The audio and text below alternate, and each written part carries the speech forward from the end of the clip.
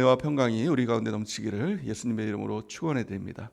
오늘 말씀은 사도행전 21장 27절에서 40절 말씀을 근거로 고난의 영광이라는 제목으로 하나님 말씀 증거하겠습니다. 성령이 이끄는 교회 사도행전 강의 82번째 시간입니다. 오늘 말씀의 주제는 한마디로 말하면 고난입니다. 지난번 말씀을 통해서 이 사도 바울이 이제 에베소에서 사역을 마치고 예루살렘으로 들어가는 그 장면들 가운데 많은 사람들이 바울을 만류를 합니다. 근데 말렸던 사람들이 그냥 세상 사람들이 아니라 그 주변에 있었던 하나님의 사람들이었습니다. 성령의 감동 가운데 만류하기도 합니다. 성령의 감동이라는 것은 성령께서 가지 마라 그렇게 했다는 말이 아니라 성령께서 바울의 그 미래를 앞날을 보여줬다는 것입니다. 그 앞날이 어떤 앞날이었냐면 고난의 앞날이었습니다. 예루살렘에 가면 죽음도 당할 수도 있는 그런 어려움들을 성령께서 그들을 통해서 보여준 것이죠. 그들이 그것을 보니까 바울에게 거기 가면은 고난이 기다리고 있습니다. 아주 큰 고난이 있습니다. 죽을 수도 있습니다. 그러니까 바울 선생님 거기 가지 마십시오라고 이렇게 얘기했더니 바울이 이렇게 얘기하는 것입니다. 나는 하나님의 복음을 증거하는 것, 또 사명을 감당하는 일에는 나의 목숨도 아까워하지 않는다. 나는 죽을 각오로 예루살렘에 간다. 이렇게 얘기하는 것입니다. 이것이 신앙인의 자세인 것이죠. 우리 신앙은 어떤 신앙입니까? 여러분들 우리의 신앙은 어떻습니까? 저와 여러분들의 신앙은 예수님 믿으면 잘 될 것이다. 예수님 믿으면 모든 것이 다 꽃길처럼 열릴 것이다. 그래서 예수님을 믿습니까? 혹시 우리가 사역을 하는 이유가 무엇입니까? 봉사를 한다면 그 봉사를 하는 이유가 무엇입니까? 우리가 봉사를 하면 하나님께서 30배, 60배, 100배로 채워주시고 물질의 복도 주시고 건강의 복도 주시고 모든 걸 다 채워주시기 때문에 봉사하는 거다. 이것은 사실은 기복신앙이라고도 얘기하기도 하고 또 번영신앙이라고도 얘기를 합니다. 잘못된 신앙이라는 것입니다. 우리가 신앙생활하는 것은 오직 주를 위해서 신앙생활하는 것이죠. 나를 위한 삶이 아니라 주를 위한 삶인 것입니다. 이 땅을 위한 삶이 아니라 천국을 위한 삶인 것입니다. 나를 위한 삶이 아니라 다른 사람들을 위한 삶인 것이죠. 그래서 때로는 우리 가운데 고난이 찾아오기도 한다는 것입니다.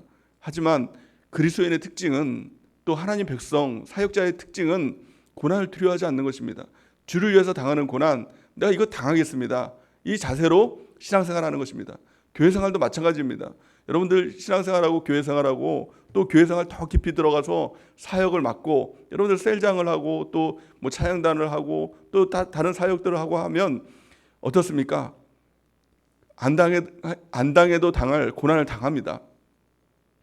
내가 교회 안 나오고 이 예배 안 드리면 세상 가운데서 더 편하게 시간도 쓸 수 있고 그렇지 않습니까? 하지만 그 시간의 고난을 당하지 않습니까?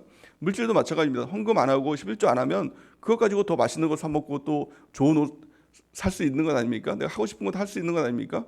하지만 그것을 함을 통해서 물질의 고난을 내가 당하겠습니다. 내가 11조를 주면 하나님께서 10배, 100배, 1000배 줄 걸 믿고 내가 합니다. 이것은 빠진 거죠. 그렇죠? 이 투자 아닙니까?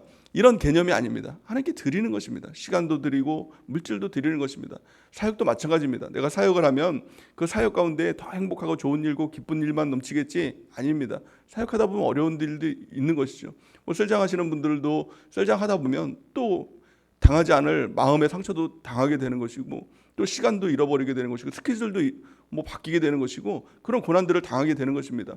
또 무엇보다도 핍박도 당할 수 있는 것이죠. 전도를 하다 보면 믿지 않는 사람들에게 우리 서울에 있을 때는 물사대기 그런 것도 맞고 그랬습니다.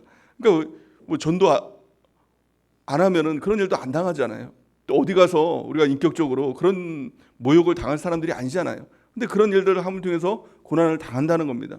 근데 그 고난마저도 기쁘게 여길 수 있는 사람, 주를 위해서 당하는 고난, 교회를 위해서 당하는 고난, 복음을 위해서 당하는 고난, 그것이 하나님께서 보시기엔 얼마나 기쁜 일일까라고 주님을 바라볼 수 있는 사람, 이것이 바로 그리스도인인 것이고 또 이 모습이 바로 바울의 모습인 것입니다. 우리의 모습이 그런 모습이 되길 바랍니다. 바울의 인생의 목적은 다른 것에 있지 않았습니다. 두 가지 목적을 가지고 있었다고 했죠. 가장 첫 번째는 복음입니다. 복음을 위해서 전 생애를 사용했던 사람이 바로 바울입니다. 두 번째는 교회입니다. 교회를 위해서 고난을 당하고 또 핍박을 당하고 또 그 고난마저도 내 육체에 채우겠다라고 작정하고 고백하고 달려갔던 사람이 바로 바울인 것이죠. 성경은 이렇게 말씀합니다. 골로새서 1장 24절 우리 같이 한번 읽어보겠습니다. 시작. 나는 이제 너희를 위하여 받는 괴로움을 기뻐하고 그리스도의 남은 고난을 그의 몸된 교회를 위하여 내 육체에 채우노라. 아멘. 우리 교회 생활하는 이유와 목적은 내가 교회를 통해서 더 편안해지고 평안해지고 교회를 통해서 무엇인가를 얻고 그것이 아닙니다. 이 몸된 교회를 위해서 그리스도에 남겨진 고난이 있다면 내 육체에 그 고난을 채우겠습니다. 내가 고통당하겠습니다. 내가 이 교회를 위해서 어려운 일 당하고 박해를 당하고 더 힘든 일을 당하겠습니다. 이 고백을 가지고 주님 앞으로 나가는 은혜가 있길 바랍니다. 그러면요, 하나님과의 우리의 관계, 그 관계가 끊어지지 않습니다. 하나님께서 채워주는 인생이 됩니다. 그 전까지의 인생이 무엇입니까? 교회를 다녀도 교회를 통해서 내가 무엇인가를 얻고 싶다라는 인생은 내가 사는 인생입니다. 내가 무엇인가를 해서 내가 얻고, 내가 무엇인가를 해서 내가 공급받고, 그런 인생입니다. 내가 나를 먹여 살리는 인생이죠. 하지만 그 고난마저도 하나님께 영광입니다. 이 마음 가지고 달려나가면 하나님께서 먹여 살려주시는, 하나님께서 내 기쁨도 책임져 주시고 평안도 책임져 주시고 삶도 책임져 주시는 그 은혜의 삶을 살아가게 된다는 것입니다. 그래, 그 인생은 너무나도 멋진 인생인 것입니다. 내가 나를 위해서 사는 인생은 참 초라하죠. 하지만 하나님이 나를 위해서 살아주시는 그 인생은 정말 하나님의 인생이 되는 것입니다. 그래, 그 인생을 살아가는 은혜가 있길 바랍니다. 어떤 그 목사님이 그런 말씀을 하더라고요. 그 고난에는 총량의 법칙이 있다. 어떻게 보면 참 맞는 얘기인 것 같아요. 누구라도 다 고난을 당하죠. 세상 사람도 고난을 당하고 예수님 믿는 사람도 고난을 당한다는 겁니다. 그래서 우리가 예수님 믿는 이 고난은 이것들을 내려놓으면, 예배에 대한 고난도 내려놓고 물질에 대한 고난도 내려놓고 또 교회에 대한 이 고난도 다 내려놓고 그 고난을 내려놓으면 어차피 그 사람도 고난을 당한다. 어디에서 고난을 당하느냐? 세상에서 고난을 당한다. 돈 때문에 고난을 당하고 또 사람 때문에 고난을 당하고 병 때문에 고난을 당하고 고난을 당한다. 근데 그 고난은 미래가 없는 고난이다 라는 것이죠. 누구도 책임져 주지 않을 고난이라는 것입니다. 하지만 주님을 위해서 당한 고난이 있으면 주님께서 책임져 주신다는 것입니다. 그래서 주님을 위해서 고난을 당하면 세상에 대한 고난이 끊어지게 된다는 겁니다. 이것이 참 어떻게 보면 영적인 법칙인 것 같습니다. 내가 영적으로 고난을 당하겠다. 그러면 참 희한한 것은요, 고난이 아닙니다. 그 가운데 마음의 평강이 있고 담대함이 있고 확신이 있고 우리의 눈이 달라진다는 것입니다. 이것을 통해서 주님께서 기뻐하실 것을 보기 때문에 그 가운데 더 기뻐하는 그 일들이 있다는 것이죠. 그래서 여러분들 선택해야 됩니다. 우리 주일날 말씀이 선택이죠. 무엇을 위해 고난을 당할까? 세상을 위해서 고난을 당할까? 돈 때문에 고난을 당할까? 또 뭐 세상의 관계 때문에 고난을 당할까? 아니면 나 주님을 위해서 고난을 당할까? 우리가 이것을 선택하는 은혜가 있길 바랍니다. 사도 바울처럼 복음을 위해서 고난을 당하고 교회를 위해서 내가 고난을 당하겠다. 이것을 결정하고 그 길을 걸어가는 귀한 은혜가 있기를 예수님의 이름으로 간절히 축원해야 됩니다. 가장 중요한 것은 우리의 시각입니다. 하나님을 믿으면서 또 주님을 위해서 내가 고난을 당하겠습니다. 이 고백을 가지고 주님 앞에 나가면 그 고난은 아주 잠깐이라는 것입니다. 그리고 그 뒤에 영광이 있다는 겁니다. 그것을 고난의 영광이다 이렇게 이야기를 하죠. 고난을 당해도 그것이 고난이 아닌 이유는 그 뒤에 나타날 하나님의 놀라운 영광이 있다는 것입니다. 그 끝은 천국이죠. 그 눈을 가질 수 있다면, 그것을 바라볼 수 있는 눈이 열린다면 두려움이 없는 인생, 그 어떤 도전 가운데서도 두려움이 없는 담대한 인생, 거침없는 인생, 그 인생을 살아가게 될 줄을 믿습니다. 사도 바울은 이렇게 고백을 합니다. 로마서 8장 17절에서 18절 말씀 우리 같이 한번 읽어보겠습니다. 시작. 자녀이면 또한 상속자 곧 하나님의 상속자요 그리스도와 함께한 상속자니 우리가 그와 함께 영광을 받기 위하여 고난도 함께 받아야 할 것이니라. 생각하건대 현재의 고난은 장차 우리에게 나타날 영광과 비교할 수 없도다. 아멘. 우리가 하나님의 자녀라고 하는 것이죠. 예수님을 믿고 또 물과 성령으로 거듭난 사람들은 하나님의 자녀가 되는 그 권세가 있는 것입니다. 그러니까 저 여러분들은 하나님의 자녀입니다. 그런데 문제는 뭐냐면 하나님의 자녀면 그 자녀의 어떤 자격들이 있잖아요. 그런 모습들이 있잖아요. 그런데 그 모습이 없는 것입니다. 물과 성령으로 거듭은 났지만 여전히 세상의 모습인 것입니다. 그 마귀의 자녀의 모습, 그 모습들을 가지고 있는 것입니다. 그러니까 하나님께서 하시는 일이 뭘까요? 그것들을 다 깨뜨려 주시는 것이겠죠. 그리고 하나님의 자녀의 모습으로 우리를 변화시켜가는 모습이 있을 것 아닙니까? 그것이 바로 우리의 성화의 과정이라고 합니다. 우리가 태어나는 그 과정을 칭의의 과정이라고 하죠. 우리는 의인이 아닌데 의인이라고 칭해 준 겁니다. 그러니까 의인이 된 것이죠. 칭의, 그래서 칭의라고 합니다. 근데 의인이라고 칭해 줬지만 의인의 모습이 아니기에 하나님께서 그 의인의 모습으로 바꿔가시는 과정이 있다는 겁니다. 그걸 성화라고 얘기를 하죠. 우리가 지금 살아가고 있는 이유와 목적이 성화의 과정이라는 것입니다. 예수 그리스도의 장성한 분량까지 예수님의 모습으로 우리가 날마다 변해가는 이 과정이 있다는 것입니다. 근데 그 과정이 쉬운 과정이 아니죠. 마귀 새끼가, 마귀 자녀가 하나님 자녀로 바뀌는 과정이라는 것입니다. 어려운 과정이 있죠. 때로는 내가 가지고 있었던 세상의 이 때들을 벗어버리는, 죄악들을 끊어버리는 이 과정 가운데 고통의 과정이 있는 것이죠. 우리가 성경은 그 과정들을 고난이라고 이야기하고 연단이라는 표현을 합니다. 그 연단이 무엇이죠? 연단이라는 것은 돌을 금으로 만드는 과정입니다. 그러니까 여러분들 보면 이제 금을 캘 때 어떻게 캘까요? 광산에서 금을 캐면 우리가 보는 번쩍번쩍하는 금으로 이렇게 나오는 게 아니라 다 돌입니다. 일반인들은 그걸 구별을 못합니다. 다 똑같은 돌입니다. 근데 그것을 이제 광부들은 그걸 보는 거죠. 아, 이게 돌이지만 그 안에 금이 있다는 것을 압니다. 근데 그걸 그대로 팔면 값어치가 없습니다. 돌값밖에 받을 수 없습니다. 그러니까 그것을 연단하죠. 연단이 뭐냐면 돌을 빼내는 과정입니다. 그러니까 이만한 돌에서 금은 조금밖에 없습니다. 하지만 그 하나님은 돌 같은 우리의 모습 가운데 금을 보는 것입니다. 그래서 그걸 연단하는 것입니다. 돌을 제거하는 과정이 있는데 그것을 고난의 과정이라고 얘기하는 것이죠. 고난은 우리의 죄성들, 우리의 세상들, 이것들을 다 끊어내는 것입니다. 그래서 금을 만들어내는 과정이죠. 정금 같은 하나님의 자녀의 모습으로 우리가 변화되는 과정이 바로 이 고난의 과정이다 라는 것입니다. 그래서 우리는 상속자입니다. 그래서 상속자의 모습, 상속을 받기 위해선 상속자의 모습으로 우리를 변화시켜 간다는 것입니다. 혹시 드라마 같은 데 보면 그런 거 있잖아요. 상속자인데 얘가 참 망난이에요. 그러니까 어떻게 합니까? 이 큰 기업의 총수 아들인데도 막 그 말단 신입사원으로 막 해서 고생을 시키잖아요. 근데 그 아버지 총수 이 회장의 뜻은 걔가 고난받는 게 목적이 아니라 그걸 통해서 상속자의 모습, 그 회사를 알고 또 상속자의 그 모습, 그 지식을 갖기 원하는 것, 그 모습을 갖기 원하는 것이 아버지의 뜻이겠죠. 하나님의 뜻도 마찬가지입니다. 고난이 뜻이 아닙니다. 고난이 뜻이 아니라 그것을 통해서 우리의 세상 죄성들, 마귀 자녀의 모습들이 끊어지고 온전한 모습으로 변화되기 원하는 것이 하나님의 뜻이라는 것입니다. 그래서 이 욥은 이렇게 고백을 하죠. 욥기 12장 8절에서 10절 우리 같이 한번 읽어보겠습니다. 시작. 그런데 내가 앞으로 가도 그가 아니 계시고 뒤로 가도 보이지 아니하며 그가 왼쪽에서 일하시나 내가 만날 수 없고 그가 오른쪽으로 돌이키시나 배울 수 없구나. 그러나 내가 가는 길을 그가 아시나니 그가 나를 단련하신 후에는 내가 순금같이 되어 나오리라.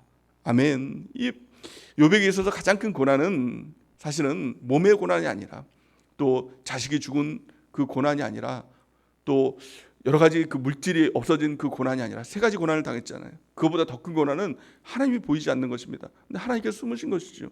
그 가운데 욥의 모습을 봤다는 것입니다. 근데 욥은 하나님이 보이지 않아도, 하나님이 느껴지지 않아도 하나님을 볼 수 있는 믿음의 눈이 열린 것입니다. 그래서 내가 그가 보이지 않지만 그가 나를 아시나니 내가 나를 단련하신 후에, 이 단련이 바로 연단입니다. 이 돌을 제거하신 후에는 내가 순금같이 되어 나오겠다. 우리 그리스도인의 고난은 애매한 고난이 없습니다. 헛된 고난이 없습니다.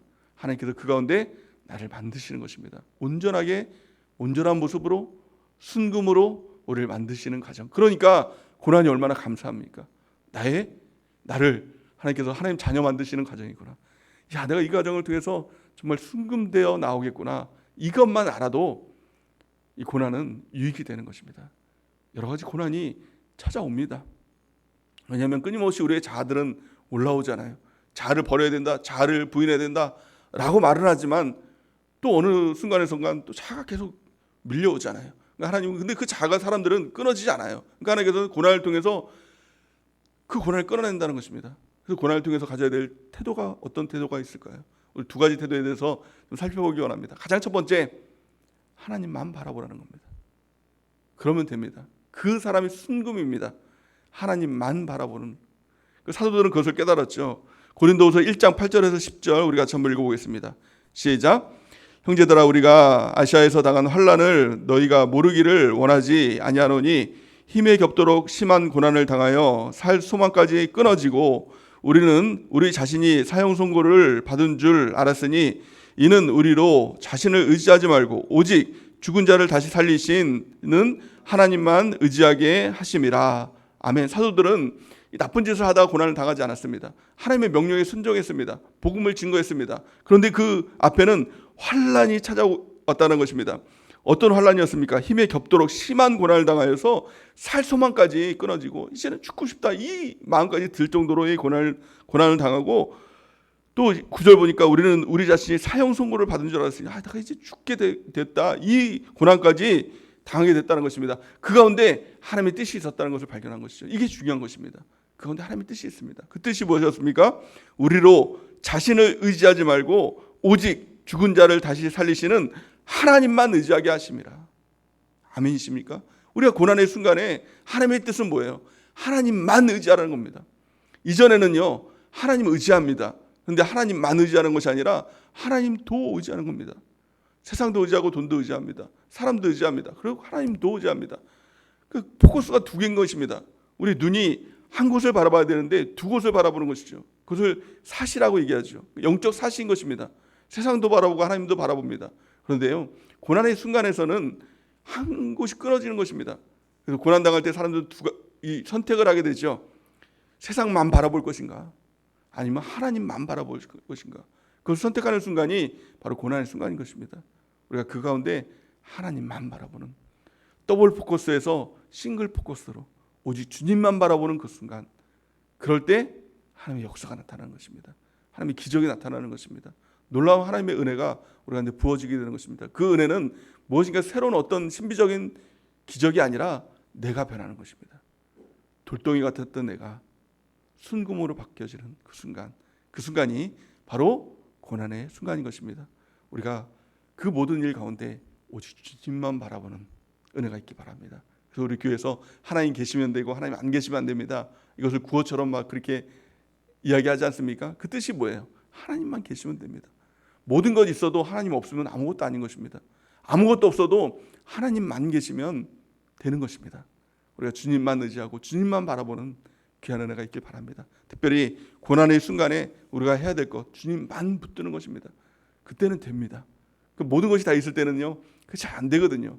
왜냐하면 내 의지대로 무엇인가를 포기해야 되는 것이거든요. 근데 고난의 순간에서는 포기가 됩니다. 그러니까 주님만 바라볼 수 있다는 겁니다. 다른 것 아니라 오직 주님께로만 집중하는 그 순간, 그때가 바로 고난의 순간인 것입니다. 모든 일에 우리가 주님 바라보는 은혜가 있길 바랍니다. 고난뿐만이 아니라 모든 순간에 우리가 주님만 바라보는 귀한 축복이 있길 바랍니다. 예배의 순간에도, 큐티의 순간에도, 우리의 삶의 현장의 순간에서도 오직 주님만 바라볼 때 그것이 주님께서 원하시는 뜻이 되는 것입니다. 그럴 때 하나님의 능력이 나타납니다. 하나님의 역사가 나타납니다. 우리가 그것을 경험하는 은혜가 있길 바랍니다. 두 번째, 우리 고난의 순간에 우리가 가져야 될 태도가 무엇일까요? 그것은 기다림의 태도다라는 것입니다. 성경은 이렇게 말씀합니다. 시편 40편 1절에서 2절 우리가 같이 한번 읽어보겠습니다. 시작. 내가 여호와를 기다리고 기다렸더니 귀를 기울이사 나의 부르짖음을 들으셨도다.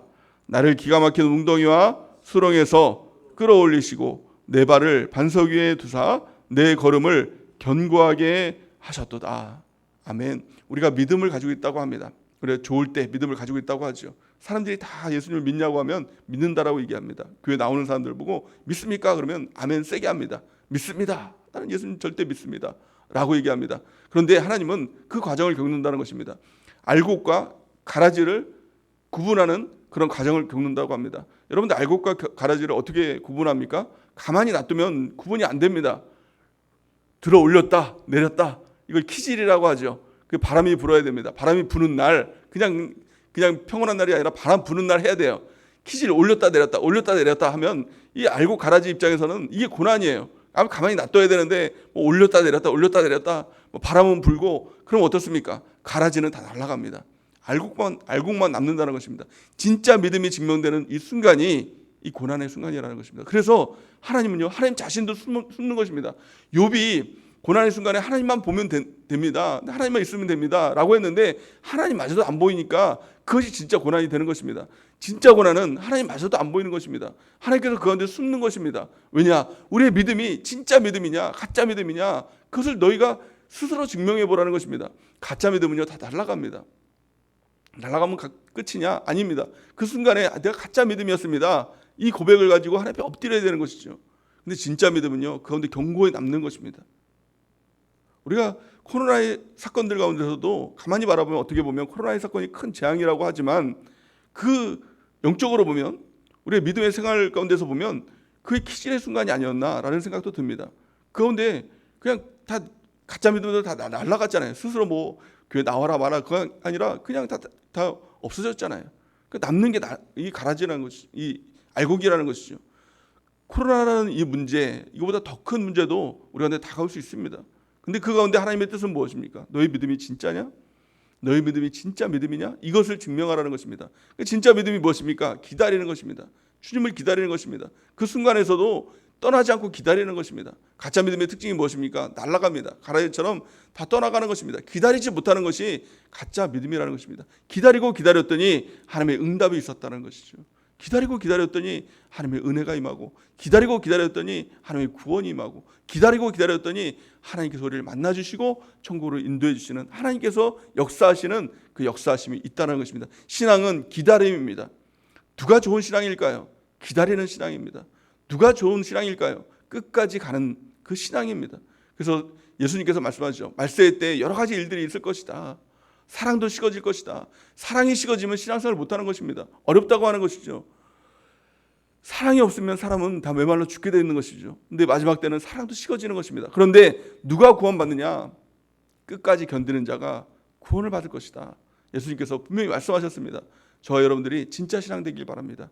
끝까지 견디는 신앙, 끝까지 주님 붙드는 신앙, 끝까지 교회 붙드는 신앙, 끝까지 주님 배반하지 않고 변심하지 않는 그 신앙 갖는 은혜가 있기를 예수님의 이름으로 축원해 드립니다. 이 사도 바울은 이후에 이 고난 이후에 이렇게 고백을 합니다. 지금은 고난의 시각이잖아요.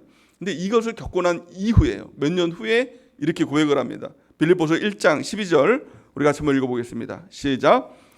형제들아 내가 당한 일이 도리어 복음 전파의 진전이 된 줄을 너희가 알기를 원하노라. 하면 이후에 보니까 그 모든 고난이 복음 전파의 진전이 됐다. 그것을 통해서 더 빠르게 복음 전파의 역사들이 나타나게 됐다. 이 진전이라는 것은 이 로마 시대에는 전차가 지나가잖아요.